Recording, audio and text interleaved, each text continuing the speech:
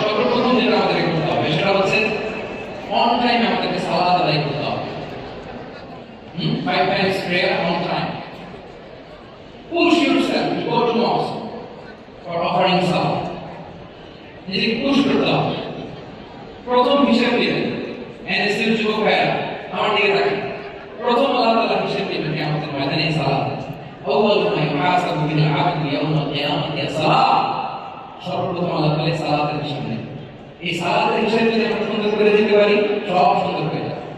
এবং ঈমান আর কুফরের মাঝে পার্থক্য হচ্ছে এই সালাত। আওয়াজ করে বলুন, ঈমান আর কুফরের মাঝে পার্থক্য কি? এটাতে কোনো ছাড় নাই, compulsory. Push yourself to offer সালাম টাইম। এটাই আমাদের আইডেন্টিটি। মুসলিম আইডেন্টিটির প্রথম কথা হচ্ছে সালাত। যার সালাত নাই তার ঈমান নাই।